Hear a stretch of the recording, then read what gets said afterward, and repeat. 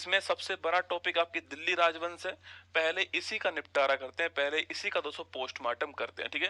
देखो दिल्ली सल्तनत की बात करूं आपसे, तो दिल्ली के अंदर जो राज करने वाले जो वंश है, अगर उनकी बात की जाए तो आप जानते हो दिल्ली के अंदर सबसे पहले जो गुलाम वंश है इसका शासन रहता है। दिल्ली सल्तनत आपके 1206 में स्टार्ट होता है और आपके 1526 जब मुगल काल स्टार्ट होगा, आप जानते हैं बाबर के समय की जो बात है आपके, वहां तक जो है दिल्ली सल्तनत आपका रहने वाला मुगल काल से पहले का जो काल होगा, ठीक है।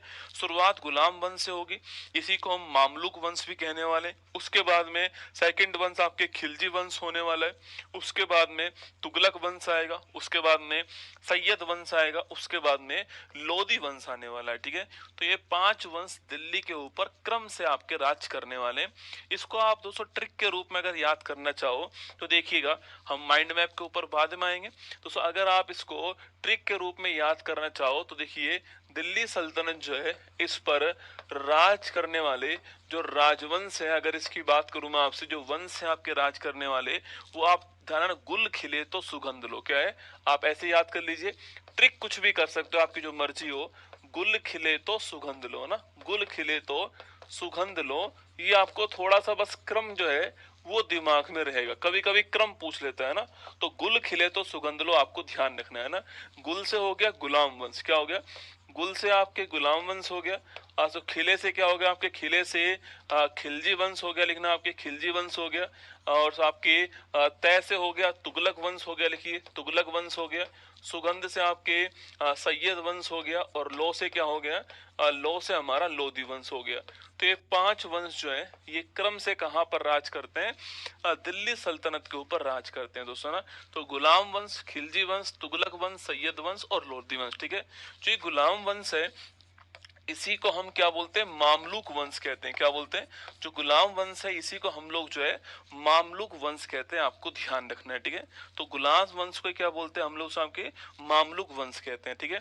अब देखिए, गुलाम वंश से आपकी शुरुआत करते हैं, ठीक है। तो देखिए, सबसे पहला वंश कौन सा है, गुलाम वंश है ना।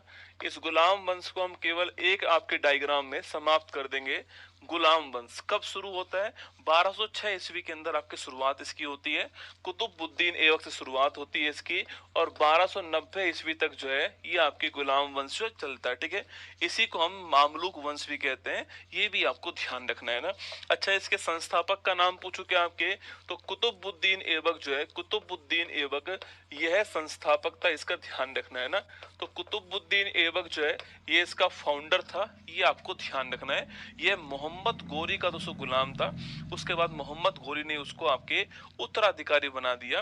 पृथ्वीराज फिल्म आपने देखी होगी, उसमें मोहम्मद गोरी की तरफ से कुतुबुद्दीन ऐबक ही आपके सूचना के लिए आता है, ठीक है। तो मोहम्मद गोरी का गुलाम के रूप में यह आया था आपके। मोहम्मद गोरी और पृथ्वीराज के बीच में तराइन का पहला युद्ध हुआ था आपकी 1191। फिर तराइन का सेकंड वो आपकी युद्ध हुआ था। सेकंड युद्ध के अंदर पृथ्वीराज जो आपके वो हार गए थे, आप जानते हो, और आप मोहम्मद गोरी जीत गया था। और उसके बाद में दोस्तों आपके ये आपके भारत के अंदर जो आपके ध्यान रखना, ये आपके कुतुबुद्दीन ऐबक, ठीक है। इन्हीं को आपकी उपाधि किसकी मिली हुई है, आपके सिपाह सलाहकार, सिपाह सलार जो है इसकी उपाधि इनके पास में, ठीक है। तो कुतुबुद्दीन ऐबक को ही सिपाह सलार कहते हैं हम दोस्तों आपके। इसी को ही लाख बख्श भी कहते हैं, क्या बोलते हैं, लाख बख्श भी कहा जाता है, आपको ध्यान रखना है। दान देने के कारण जो इसको, इसकी उदारता के लिए इसको लाख बख्श कहते हैं, ठीक है। अगला क्वेश्चन दोस्तों आपके, इसकी जो मृत्यु होती है आपके, यह 1210 ईस्वी के अंदर मृत्यु इसकी हो जाती है चौगान पोलो खेलते हुए। सवाल पूछे कि भाई चौगान पोलो खेलते हुए किसकी मृत्यु होती है, इसी की मृत्यु होती है। इसका मकबरा कहाँ पर है, लाहौर में, ठीक है।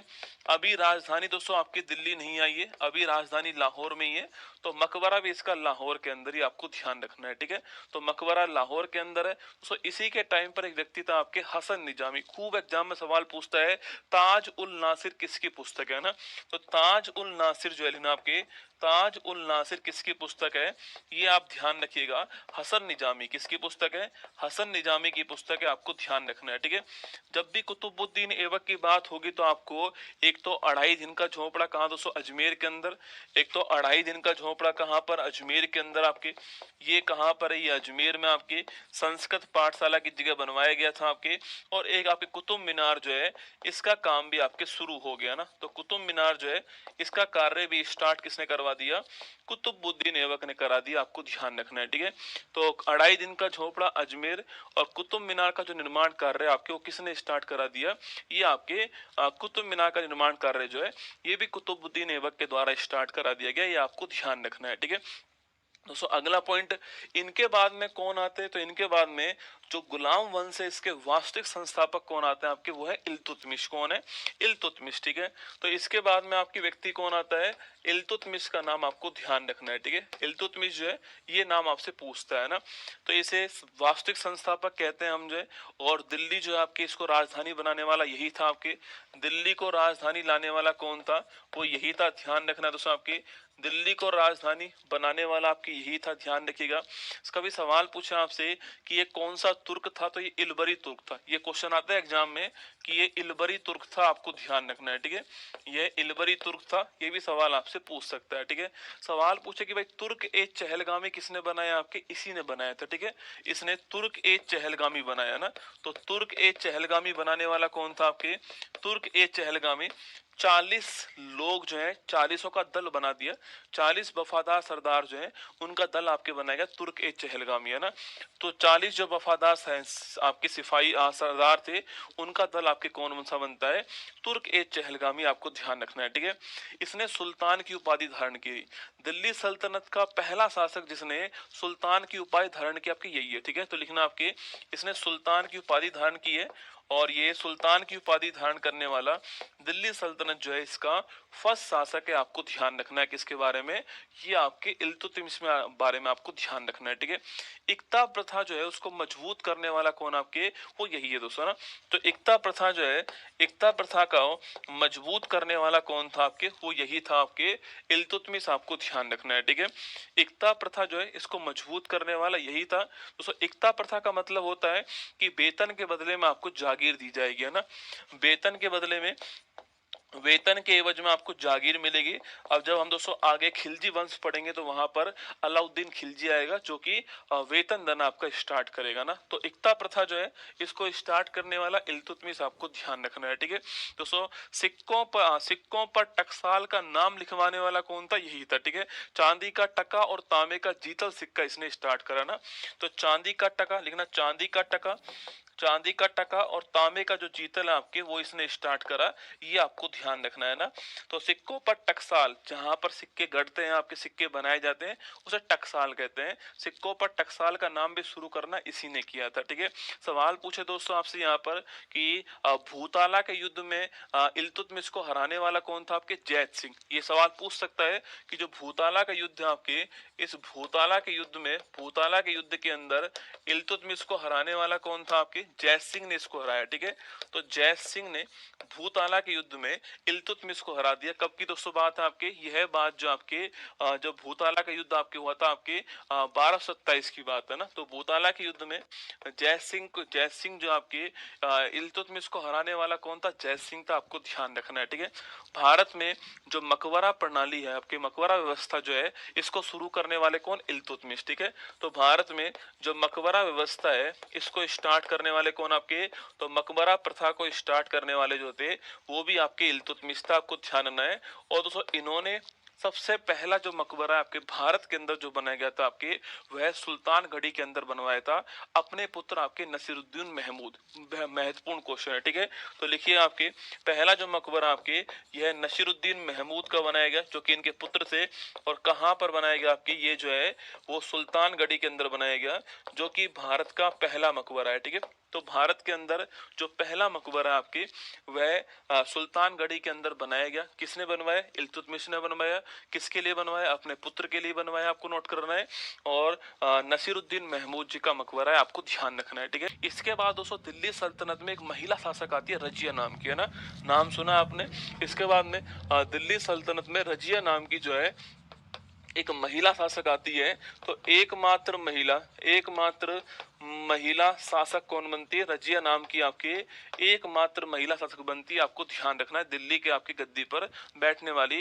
कैथल जो हरियाणा के समीप आपके, वहां पर इनका निधन हो गया, ठीक है। तो लिखिएगा कैथल जो है यहाँ पर इनका निधन हो गया था, ये आपको ध्यान रखना है।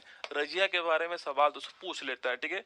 इसके बाद दोस्तों आपके जो गुलाम वंश है, वहां पर दोस्तों आपके बहराम शाह आते हैं। बहराम शाह सवाल पूछूं आपसे, बहराम शाह जो है इन्होंने एक आपके पोस्ट बनाई थी आपके, उसको बोलते हैं नायब ए ममलिकात। बड़ा महत्वपूर्ण क्वेश्चन है, ठीक है। इनके बाद कौन आते हैं? इनके बाद में आपके बहराम शाह आते हैं। तो बहराम शाह जो है आपके, बहराम शाह जो है, नोट करना, बहराम शाह जो है इनकी एक पोस्ट थी आपके नायब ए ममलिकात। क्या थी? नायब ए ममलिकात जो है ये इनकी पोस्ट थी, आपको ध्यान रखना है। नायब ए ममलिकात सवाल पूछूं आपसे, यह पोस्ट बनाने वाले कौन थे? बहराम शाह जो है यह पोस्ट बनाने वाले थे, just like prime minister of India, ठीक है। इतनी महत्वपूर्ण पोस्ट थी। इसके बाद दोस्तों आपके नासिरुद्दीन आपके क्या बनते हैं? आपके इनके स्थान पे नासिरुद्दीन जो है वो आपके आते हैं। और सो नसीरुद्दीन नहीं, आपके बलबन। ये देखिए नया चीज आ रही है, बलबन जो है, इस बलबन को इस पोस्ट के ऊपर अपॉइंट करा। तो नसीरुद्दीन ने बलबन जो है दोस्तों उसको नायब ए ममलिकात आपके अपॉइंट किया, आपको ध्यान रखना है, ठीक है। इसके बाद दोस्तों बलबन सारी पावर अपने पास आएगा, और नसीरुद्दीन दोस्तों योग्य शासक नहीं था आपके, तो बलबन योग्य शासक आता है आपके सामने, और बलबन जो अपना अधिकार कर लेगा, ठीक है। अब दोस्तों बलबन जो आपके अलग से चैप्टर आपके कहाँ पर आ गया, जो गुलाम वंश आपके वहां पर आ गया, ठीक है। तो बलबन के बारे में दो चार बातें एग्जाम वाला पूछता है, ठीक है। कभी सवाल पूछे आपसे बलबन के दोस्तों बारे में, आपके पहला सवाल कि लोह और रक्त की नीति अपनाने वाला कौन? आपके वो बलबन, ठीक है। तो लिखिएगा लोह और रक्त की नीति अपनाने वाला कौन? आपके बलबन, ठीक है। सवाल पूछे तुर्क ए चहलगामी को समाप्त करने वाला कौन? बलबन, ठीक है। तुर्क ए चहलगामी जो है, तुर्क ए चहलगामी, इसको समाप्त करने वाला कौन? आपके इसको एंड करने वाला बलबन। इसको शुरू करने वाला कौन था? इल्तुतमिश, ठीक है। दोस्तों इसके अलावा एक सैन्य विभाग इसने बनाया, दीवान ए अर्ज। किस नाम से? दीवान ए अर्ज नाम से एक सैन्य विभाग जो है इसके द्वारा बनवाया गया, ठीक है। तो दीवान ए अर्ज नाम से एक सैन्य विभाग जो है इसके द्वारा बनाया गया, आपको ध्यान रखना है। सवाल बहुत ही महत्वपूर्ण है कि सिजदा और पावोस जो है इस प्रथा को स्टार्ट करने वाला कौन है? तो सिजदा और पावोस जो है इस प्रथा को स्टार्ट करने वाला कौन? आपके वह बलबन। दोस्तों ना सिजदा पूछूं आपसे, घुटने के बल बैठकर सिर झुकाकर आपके बैठना, वो सिजदा होता है, ठीक है। और पावोस दोस्तों पैर को चूमना, आपके पावोस है, ठीक है। तो सिजदा और पावोस जो है ये शुरू करने वाला आपके यही, आपको ध्यान रखना है। गुलाम वंश के किस शासक ने अपनी राजधानी लाहौर से दिल्ली स्थानांतरित कर दी थी? तो इल्तुतमिश। दिल्ली सल्तनत में भारत की नई राजनीतिक इकाई किसकी विजय की वजह से है? तो मोहम्मद गोरी की वजह से है। निम्न सुल्तानों में से कौन तुर्कान ए चहलगानी की शक्ति को अंतिम में तोड़ने और नष्ट करने में सफल रहा? तो बलबन। दिल्ली के निम्न सुल्तानों में से कौन अपनी बाजार नियंत्रण नीति के लिए जाना जाता है? अलाउद्दीन खिलजी जाना जाता है। रजिया सुल्तान को किस वर्ष अपदस्थ किया गया था? तो 1240 में। गुलाम वंश के किस शासक ने दीवान ए अर्ज विभाग की स्थापना की? बलबन ने की थी। अलाउद्दीन खिलजी के दक्कन युद्ध अभियानों के समय उसकी सेना का सेना अध्यक्ष कौन था? मलिक काफूर था। दिल्ली में कुतुब मीनार दुनिया की सबसे ऊंची ईंट की मीनार है। किस राजा ने इसके निर्माण में योगदान नहीं दिया? तो अलाउद्दीन खिलजी ने।